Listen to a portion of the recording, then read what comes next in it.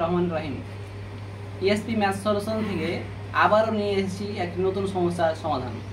সমস্যাটি হচ্ছে নবম দশম শ্রেণীর বীজগণিতীয় রাশি বা বীজগাণিতিক রাশি 3.1 এর 1 নম্বরের ঘ নাম্বার।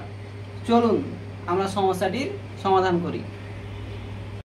এটি হচ্ছে অনুশীলনী 3.1 এর 1 নম্বরের ঘ। প্রশ্নটি হচ্ছে 5x² - y। চলুন আমরা প্র্যাকটিক্যালি সমস্যাটির সমাধান করি।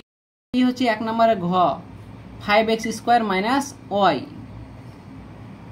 আমাদের অঙ্কে বা প্রশ্নতে লেখা আছে সূত্রের সাহায্যে বর্গ নির্ণয় করো।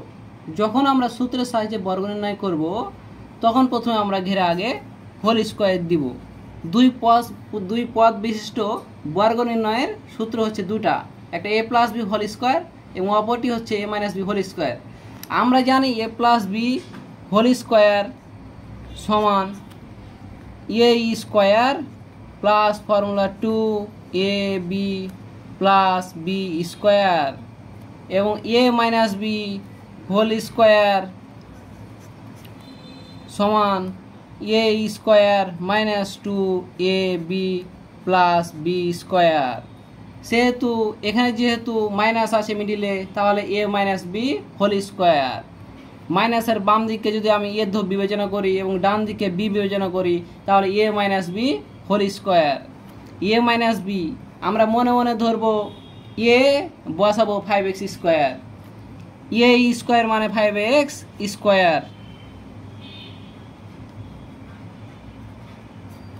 a square minus formula 2 5x square into b মানে y প্লাস b স্কোয়ার মানে y কে ঘেরা স্কোয়ার। যেহেতু স্কোয়ার মানে ডাবল, তাই ডাবল 5 গুণ করলে হবে 5 × 5 = 25।